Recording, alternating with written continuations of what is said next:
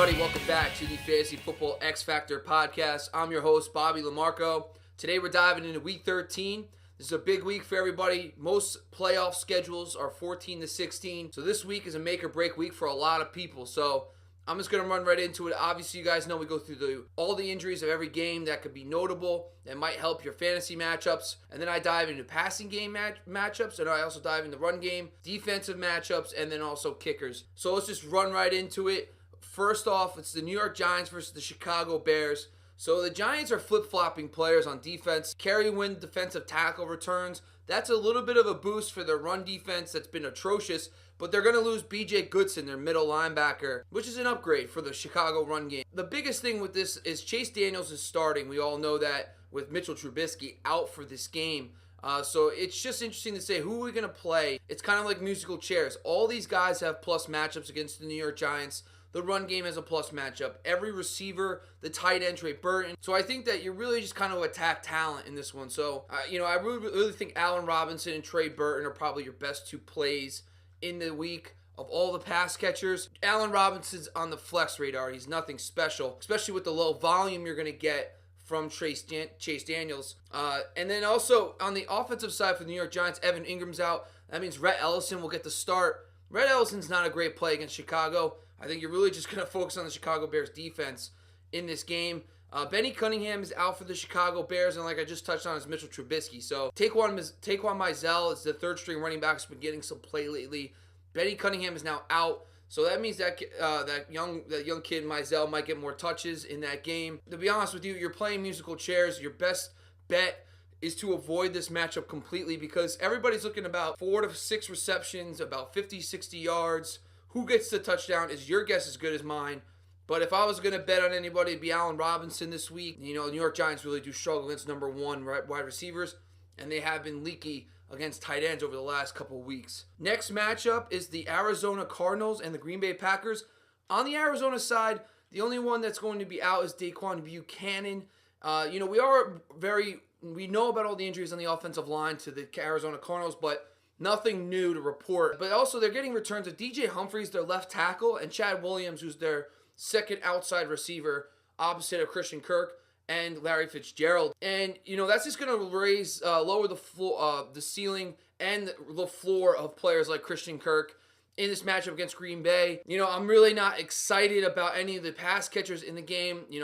The Packers are more vulnerable against the run. I think the only guy you're focusing on is David Johnson. On the Green Bay side, they're going to get Rashard Breeland, the return of him. He's the slot corner. He's returning for this matchup. Randall Cobb is coming back in the for the Green Bay Packers on the inside, kicking Marquez Valdes-Scantling to the outside. And to be honest with you, that's a good thing for Marquez Valdes-Scantling. I think he works better on the outside, can utilize his speed to take the top off of defenses. So I think that move is good for the Packers offense, especially the way Aaron Rodgers has been playing lately. It's just he needs more reliable receivers out there, especially with Jimmy Graham banged up. On the defensive side, Mike Daniels and Nick Perry, we all know, are out still. And that's just really a much big improvement for David Johnson's run game matchup. I think the only guy on the Arizona side on the road in Green Bay you want is David Johnson this week. Next up, we have the Jacksonville Jaguars versus the Indianapolis Colts. Jacksonville, obviously we know Cody Kessler is taking over at quarterback. And we talked a little bit earlier in the week. I did talk about Dante Moncrief.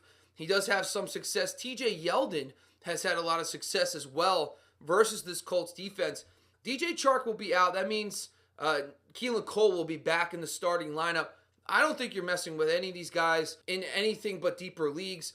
Yeldon and Hyde are the 1-2 guys that you want to look at. There's no notable injuries on the defensive side for the Indianapolis Colts, so they're going to be all hands on deck for this game in Jacksonville. But I think based on what we've seen this season, they're really vulnerable to pass-catching RBs. And like I touched on a little bit earlier this week, I think you need to focus the Jacksonville Jaguars' run game. It's been very similar to what we saw at Miami last week, as Hyde will get the touches like Frank Gore did, about 15 carries. And then, Gore looked good on his touches. So Hyde's going to have the opportunity to put up some yardage in this game. You're banking on a touchdown with Hyde for him to really hit home, but I think it's very reasonable to see 15 carries for about 75 yards in this game from Hyde. And then also Yeldon in the passing game. We saw Drake have a lot of success in the passing game against this Colts defense.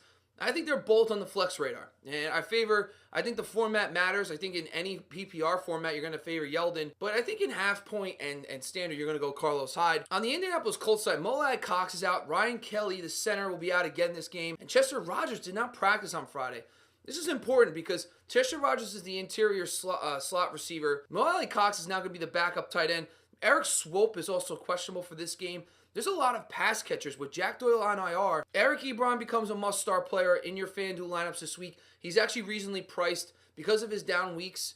He's actually in the mid-55,000s on FanDuel. Just get him in your lineups. He's a great play this week against Jacksonville, who has been vulnerable against tight ends this season. But with these injuries, if Chester Rogers sits, I like Dontrell Inman if he plays on the inside. He has some experience playing the slot receiver.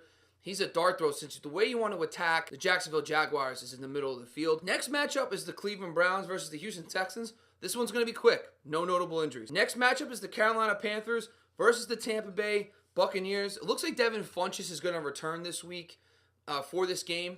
And this is big because DJ Moore has been playing very well. Curtis Samuel looks to be healthy. He was injured earlier in the week with a hamstring. He'll be back. I think this is important because Tampa Bay's banged up again.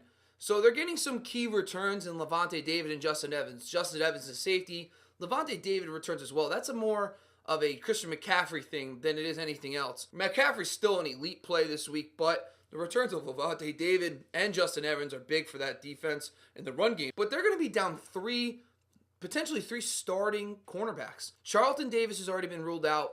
This is big. I mean, you know, it's going to be pick your poison for the Carolina Panthers. I think all these guys are in play, even Devin Funchess. Over the course of the season, they're more vulnerable to yards after the catch. So the Bucs defense allows a lot of yards after the catch versus an air yard. So you're not necessarily attacking them downfield as much as you are just throwing short passes and beating them because they can't tackle anybody. So DJ Moore is probably your best play because of that.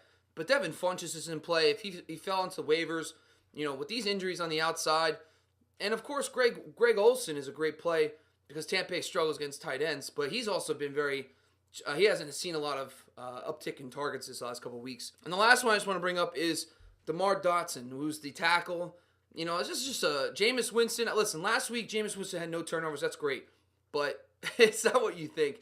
If you watch it on film, he actually threw a couple passes, errant passes, that should have been picked. So it's just, he's going to be Jameis Winston. It looks good on paper. He didn't throw any times, but there was plenty of errant throws that could have been interceptions if they were caught by the defense. So, you know, he's going to make turnovers this week, but I think that Jameis is still a great play against this Carolina defense, but he will be down a tackle in this matchup. Next game is the Buffalo Bills versus the Miami Dolphins. And John Miller is the offensive guard. He'll be out. That's a downgrade for the passing game and the run game. But Josh Allen's a different animal. The way he operates, he's not your typical pocket passer. He runs a lot, and he's a big guy, kind of like Cam Newton is. So I think that John Miller's injury is a downgrade for the run game and also the pass game in the interior. So that's one of their starting guards. On the Miami side, Jakeem Grant obviously has been put on IR. Danny Amendola is out as well, and then Travis Swanson is out. He's the starting center. That means the Miami Dolphins are going to be down to their third string center. They lost Daniel Kilgore earlier this season. Travis Swanson is their backup. Now they're going to be moving to a third string center, and that's not good for a team that's already struggling on offense, and the Buffalo Bills are a very good defense. So I think both defenses are great plays this week, especially with Miami being at home. Miami does play better at home, so I think they're both in play this week. With Danny Amendola out, that does open some targets up. But you got to keep in mind, Tre'Davious White, Johnson and the interior, the slot corner, are both playing at high levels. I don't know who's going to kick it to the slot necessarily with Grant out and all these other guys. So I don't know if Parker still is going to see shadow coverage from Tre'Davious White. I'm pretty hands off these guys. I think the Buffalo Bills are more vulnerable against the run. I think you're probably going after Gore and Drake than you are the pass catchers in this game. Next matchup is the Cincinnati Bengals versus the Denver Broncos. Cincinnati's getting a lot of help back. Obviously, they lost Andy Dalton. Jeff Driscoll will be starting. He's a pretty good athlete. He was in the 4.5s for the 40 time. AJ Green returns. Nick Vigil, who's the linebacker, returns. Drake Kirkpatrick and Darqueze Dennard, who's the corners, return as well. This is big news for the defense has just been horrific, but Nick Vigil is actually their best linebacker. Dre Kirkpatrick's their outside corner. Darko Sudar is their slot guy. This is big news for guys like Cortland Sutton, who we're waiting for him to break out. But I think Emmanuel Sanders is one of the slam dunk plays on FanDuel or DraftKings this week. Darqueze Dennard, even when healthy, has been just beat up all year. I think that you're still rolling with Philip Lindsay, who's one of the best plays of the week, even with Nick Vigil's return. And then the Cincinnati, without their quarterback, they're also going to be down 2 tackles. They're going to be missing their starter, Cordy Glenn, and then the swing tackle, Jeff Fisher, is out. So they'll be down to their third string option on the left side, going up against Von Miller and company. So this is big for the Denver Bronco defense. I think they're going to get a lot of pressure on Jeff Driscoll. Great play this week. And then on the Denver side, Brandon Marshall's returning to the team. That's great news for their run defense, which has already been strong this season. But Brandon Marshall kind of solidifies the middle of that defense. So that's great news for Denver Broncos defense. But they'll be down 2 players, Shaquille Barrett, who's their third defensive end. He's the guy who comes in after Bradley Chubb and Von Miller. So that's a little bit of a downgrade to their pass rush. And then Tremaine Brock, one of their outside corners, opposite of Bradley Roby. I think the way you want to attack these guys on the outside, Chris Harris obviously in the slot, you want to avoid, but that's good news for A.J. Green. A.J. Green does still have great matchups. If he's playing this week, you play him no matter what. Next game is the Baltimore Ravens versus the Atlanta Falcons. So Flacco is going to be out again. And listen, Lamar Jackson has looked good in the sense of fantasy points, but this guy is not good at throwing the football right now. He has not looked good throwing the ball downfield. They have no downfield presence. The only way they get guys is when they're wide open. The Mark Andrews 75-yard catch and run was big, but really, Lamar Jackson's extremely limited, and it's going to catch up to him soon. I think that you cannot play in the NFL without the ability to throw the football, challenge defenses downfield. And the Atlanta Falcons defense is beat up, but they are getting some players back. They're getting Deion Jones back, the linebacker, who is their stud young kid in the middle, who's going to really affect Lamar Jackson. He could be able to spy him. But I think you're still rolling with Lamar Jackson because the Atlanta Falcons play a lot of man. They allow the 7th most rushing yards to running backs on this season. So you keep rolling with Lamar Jackson, especially in Atlanta, in the Dome. Matt Ryan and company should be able to put up points against the Baltimore Ravens defense at home. But the one key injury to the Ravens defense is Tony Jefferson. This is an upgrade for Austin Hooper. Tony Jefferson is the safety, and I think that this has already been a plus matchup for tight ends this season already. Now you take away Tony Jefferson, who actually gets plus grades in run stopping and coverage. It's an upgrade for Austin Hooper. So I think that Calvin Ridley and company really has some tough corners to face. Austin Hooper is a great play this week against that Baltimore secondary. Anyway, next up is Detroit Lions versus the Rams. On the Detroit side, they're going to be missing some players. Kerryon Johnson and Michael Roberts, the tight end. Kerryon Johnson just means LeGarrette Blount is solidified in the run game, who does have he has average run game metrics versus this Rams defense. So it's not a great game flow projection for LeGarrette Blount, but they are home. So, I mean, it's just, you could play them. If you're in a standard format, LeGarrette Blount should have some success running the football. But the one thing I will say is the key for the Rams defense is Aqib Talib's return. And it's not just because against the pass, it's also against the run. Because now you can leave Aqib Talib on an island. Marcus Peters has not been playing well enough to be a shadow corner. Aqib Talib can play that. But will they do that? I don't think so. But if Aqib Talib is now able to play man-to-man coverage on the outside, that means you can put more guys in the box. That means you can focus more on stopping the run. So I think Aqib Talib's return is just big for that defense overall. The Rams defense down the stretch is going to be one of the best in football. So just, keep rolling. I think if you have the Rams, you're playing them against Detroit, no problem. Next up is the Kansas City Chiefs versus the Oakland Raiders. Kansas City Chiefs, Sammy Watkins is out. And I've gotten a couple questions about Chris Conley. And listen, Chris Conley had a nice game against that in that high-scoring Rams Kansas City game, over 100 points. He's a desperation flex. I just think that when you have the skill players like Tyreek Hill, Travis Kelce, those guys are going to eat in this matchup.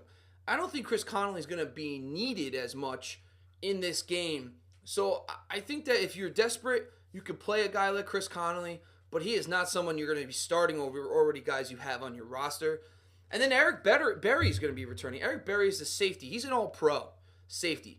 So that's going to improve their defense against tight ends who they've been struggling against all year. But it's his first game back.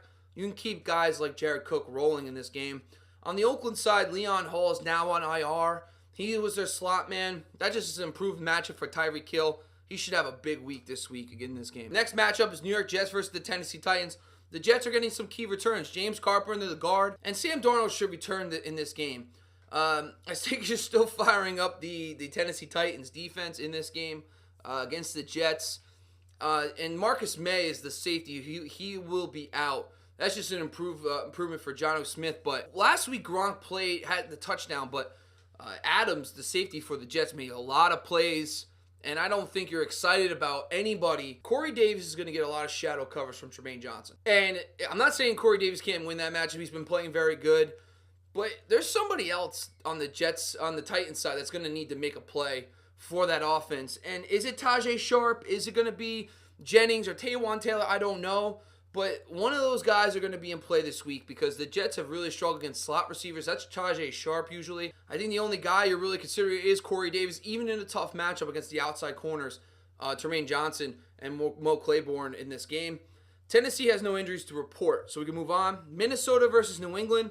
Andrew Sendejo is now on IR, and that's key for Gronk's game. I think Gronk can really build up a strong performance last week. Minnesota has really struggled against tight ends this season, and Andrew Sendejo was their better cover safety, and now he's done for the season. And then David Morgan, who's a tight end, he's just a blocking tight end. That's a slight downgrade for a guy like Dalvin Cook. Next, on the New England side, there's no notable injuries. They're pretty healthy going into this game. Seattle versus San Francisco. Seattle will be missing KJ Wright again. That's an improvement for Matt Breida. Breida in the passing game and in the run, so Matt Breida can keep rolling in this game. He doesn't have a great matchup against Seattle on the road, but he's playing so well and running the ball so well, you got to keep rolling with him. On the San Francisco side, Pierre Garçon and Marquise Goodwin are going to be out. And I did make a note of this earlier this season that Seattle doesn't have a true shutdown corner on their roster. Griffin, Trey Flowers, and Justin Coleman all struggle. And I think whoever the primary option is does have a good matchup every week. And that's Dante Pettis. I mean, Dante Pettis is the direct backup for Marquise Goodwin. I missed on this last week. I thought Kendra Bourne was going to be the guy because of his chemistry with Nick Mullins, but it's Dante Pettis.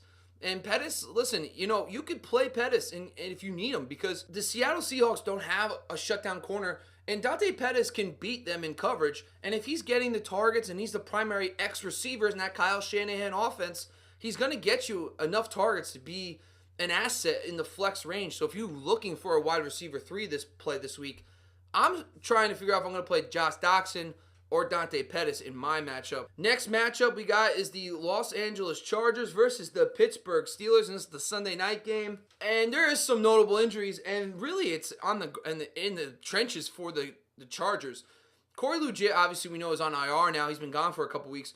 Brandon Mebane, he's out as well. I think this is great news for James Conner, who's really struggled over the last couple weeks. And I think with Joey Bosa on the outside, Joey Bosa is an all-pro. I think that you can run up the middle against this defense. I think that James Conner and company will be able to run the football. Obviously, playing at home is great news for James Conner and game flow, so I think he could bounce back in this game. But Melvin Gordon's out. And Austin Eckler is on the flex radar. We all know that. It's not hard to tell. Justin Jackson, to me, is a no-go. You cannot start him. He was out-touched by Eckler 17-3 earlier this season when Melvin Gordon was out. I think Eckler is the only guy you could trust in half-point and full-point PPR flex. It's not a great matchup. The Steelers don't allow a lot of receptions to running backs this season. Most of that's because they have been getting beat up by everybody else. So the improvement of the defense is good news for a guy like Austin Eckler because now that the tight end is not just eating them up, now that Joe Hayden's playing at a high level, Mike Hilton in the slot, they're going to throw the ball more to the running backs. So I think that Austin Eckler is firmly on the flex radar this week. On the Pittsburgh side, the big one really here is Morgan Burnett. And the reason why they have improved so much against the tight end over the last couple of weeks was because of Morgan Burnett. And Morgan Burnett's going to be out. He was their main guy they had for covering tight ends, and now he's going to be out of the game. Can Antonio Gates take advantage? I don't know. It's just tough because Antonio Gates had shown flashes this season, maybe once or twice. This is a game where he could do it. on the road against the Pittsburgh Steelers with Joe Hayden playing at a high level on the outside, Mike Hilton playing very well on the inside. Antonio Gates is a very intriguing deep dart throw tight end this week. And finally, the return of Stephen Tuitt. Tuitt is the defensive tackle we talked about the last 2 weeks. A big upgrade for the run game. And I think that you guys need to that's a really downgrade for Austin Ekeler because Stephon Tuitt is returning. All right, guys, let's dive into the passing game matchup. So these are the passing game matchups that are big-time upgrades. Some of these are very obvious, so I do apologize, but these are the guys that you really want to... last week I talked about how you pay up for the tight end, pay down at quarterback. This is a week that you want to pay up at quarterback and pay down at tight end. But here are the notable upgrades in each matchup. So, obviously, Patrick Mahomes versus the Oakland Raiders. Tyreek Hill, Travis Kelce are the key ones here. Even Spencer Ware in the passing game is pretty solid.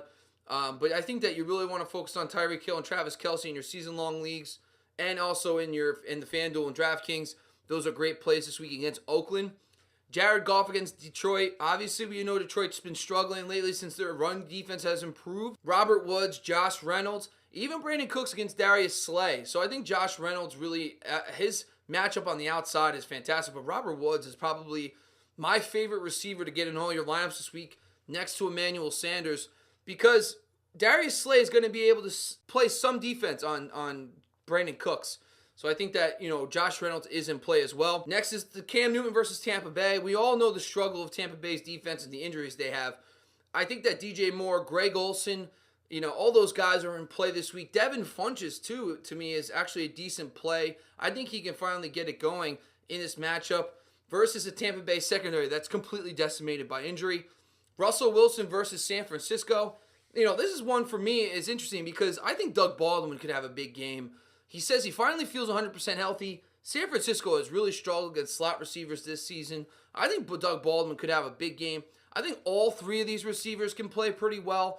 Really it's about who's going to avoid Richard Sherman the most. So I really think you're going to focus on Doug Baldwin, Tyler Lockett in this matchup. Next is Lamar Jackson versus Atlanta.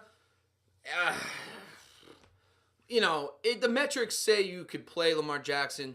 I think you still can because he's going to be able to run against a team that plays a lot of man. But Atlanta's defense is Deion Jones coming back is huge for them. But also Marcus Trufant is playing a lot better as their number one corner. I'm not touching anybody. I don't know who to play. I just don't know who you can play. Technically Michael Crabtree has a good matchup if you get to get Robert Alford. And Willie Snead has a good matchup in the slot. But, he got 0 for you last week. So... law of averages, play Willie Snead. There you go.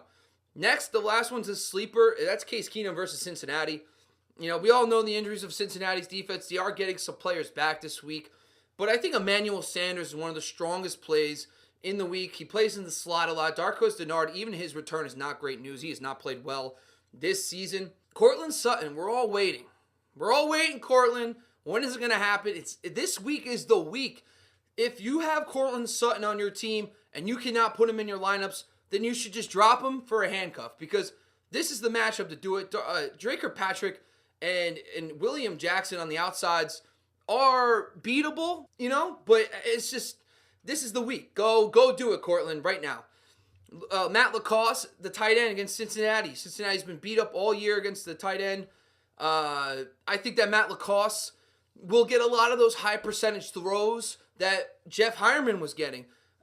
This is your deepest dart throw tight end this week, but I like Matt LaCosse if you are desperate at tight end. Next are the individual matchups. So my stud number one corners, my number one wide receivers this week are DJ Moore versus Tampa Bay, Robbie Anderson against Tennessee, Josh Doctson against Philly, Alshon Jeffrey versus Washington, and DeAndre Hopkins versus Cleveland. These are the guys that, have great matchups versus number one. Teams have really struggled to shut down true number one receivers. Now, DJ Moore, to me, you keep rolling with him. Obviously, against Tampa Bay, we're all excited. He's not going to surprise anybody this week. The return of Devin Funchess does kind of lower his ceiling, but the way you beat Tampa Bay is yards after the catch. That's DJ Moore's specialty. Robbie Anderson, Adoree Jackson is a pretty good athlete, but he's been beaten coverage over the last couple weeks. And he's been beat by speed. The thing is, T.Y. Hilton had a monster game in that matchup versus Tennessee because Adoree Jackson just couldn't keep up with with T.Y. Hilton. And Robbie Anderson can do the same thing. Even Sam Darnold and him started connecting more. Robbie Anderson's an interesting play for me this week. Josh Jackson versus Philly. We all know the injuries to the secondary. And I think Josh Jackson's ceiling is now higher and his floor with Colt McCoy taking more chances downfield. Alshon Jeffrey's going to see a lot of Josh Norman on the outside. Norman's been up and down all season. We've seen him shut guys down like DeAndre Hopkins. And then the next week he gets blown up by Amari Cooper. So you keep rolling guys. Like Alshon might be able to get back on track this week. And then DeAndre Hopkins, we just, obviously Hopkins is Hopkins. But, Denzel Ward is good. He's a good cornerback, but he's a rookie. So I think DeAndre Hopkins can win that matchup. And then for the slot receivers and then the second number 2 outside wide receivers, I think these are some notable ones that we could talk about. Tajay Sharp, we just talked about with the New York Jets. That's the deepest of deep, but the Jets are really bad at covering slot receivers, and that's Tajay Sharp's main spot. We talked about Emmanuel Sanders. He's my favorite start of the week at the wide receiver position against Cincinnati. Willie Snead against Atlanta we kind of touched on, and Doug Baldwin as well. We touched on as well against San Francisco. Those are some notable slot receiver matchups. Outside receiver number 2s, Marcel Aitman versus Kansas City. I watched the film of Marcel Aitman, and he got behind the defense multiple times, and Derek Carr just missed. If they could get that, if they got one of those, we're talking about a different production day. He did have a couple bad drops, so he's a rookie. He's a 7th round rookie, but he's interesting to me this week in a game that they're going to be behind. Of course, Juju Smith-Schuster and Josh Reynolds are the other 2 we could talk about. So Juju's moved to the outside more with Ryan Switzer in the slot. Was that based on the fact they're playing Chris Harris? Maybe. But it's not a bad play for this week as well. I think Juju becomes one of the better plays this week on FanDuel and DraftKings. So the tight end matchups for this week, we have David Njoku versus Houston, Travis Kelce versus Oakland, Jared Cook versus Kansas City, James O'Shaughnessy versus the Colts, Austin Hooper versus Baltimore, Cameron Brate versus the Panthers, Trey Burton versus the Giants, CJ Uzomah versus the Denver Broncos, Greg Olsen versus Tampa Bay, and the last one is Antonio Gates versus Pittsburgh. Obviously, there's some different bags here. Travis Kelce, and obviously is the stud of the week. David Njoku coming off a big game, has another great matchup versus Houston. But some of the notable deep sleepers here are Antonio Gates versus Pittsburgh. We just talked about Morgan Burnett being out. And then James O'Shaughnessy versus the Colts. This is the bottom of the barrel. Obviously, if you can't get your hands on a guy like CJ Uzomah, even a guy like Matt Lacoste, I think James O'Shaughnessy is probably my deepest of deep streamers this week. Let's go over the run game matchups. So obviously you guys know when I do run game matchups, but I look at not only the run game metrics, but I also look at defensive lines versus offensive lines, but also the pass catching for RBs versus those defenses. And this week there wasn't a lot of great options because of the fact that there was only 4 teams that had all 3 categories. First is Phillip Lindsay versus Cincinnati. Keep rolling with Phillip Lindsay. Get him in season long. Put him in your FanDuel lineups. He's going to be great this week against Cincinnati. Next up is Gus Edwards and Ty Montgomery versus Atlanta. And listen, with Alex Collins going IR for this season, this is great news for a guy like Gus Edwards to get the ball more. Kenneth Dixon's coming back. They love Kenneth Dixon, but I think Ty Montgomery is your passing down back, and I think he has a great matchup on the road against the Atlanta Falcons. Doug Martin versus Kansas City. Doug Martin's got some juice. He's been playing pretty well. Kansas City is one of the leakiest run defenses in football. I think Doug Martin's going to have success this week against the Chiefs. And then Josh Adams versus Washington. Josh Adams, one of my favorite finds of this season. He's been great since he's been started as a starter. He had 22 carries last week.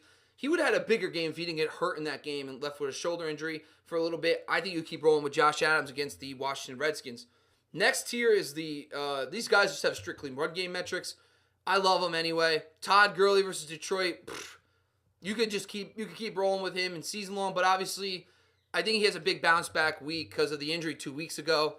Then you have Spencer Ware versus Oakland. I think this is big for anybody who got Spencer Ware. If you're a Kareem Hunt owner and you did not get Spencer Ware, dude, this is on you. This is on you. And if you listen, this is a lesson to everybody. If you have one of these studs, go get your handcuffs now. Don't wait until the last minute and you're screwed up. I had Kareem Hunt in one league. I already had Spencer Ware. I didn't have to worry about a thing.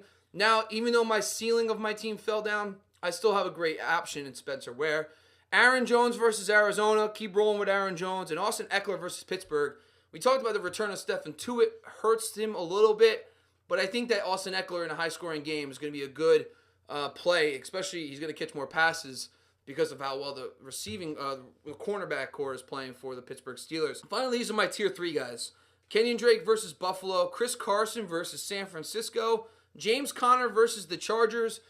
Adrian Peterson, believe it or not, versus Philadelphia. Philadelphia has been very struggling against the run the last couple weeks. And then, of course, this guy's every week is Christian McCaffrey. You don't need me to tell him, but you could keep using him in FanDuel and DraftKings this week. All right, so let's just touch on some defenses. So Green Bay versus the Arizona Cardinals. Miami Dolphins versus the Buffalo Bills. Houston Texans versus Cleveland. We know Chicago versus the Giants. Buffalo versus Miami. Tennessee versus the Jets. Seattle versus San Francisco.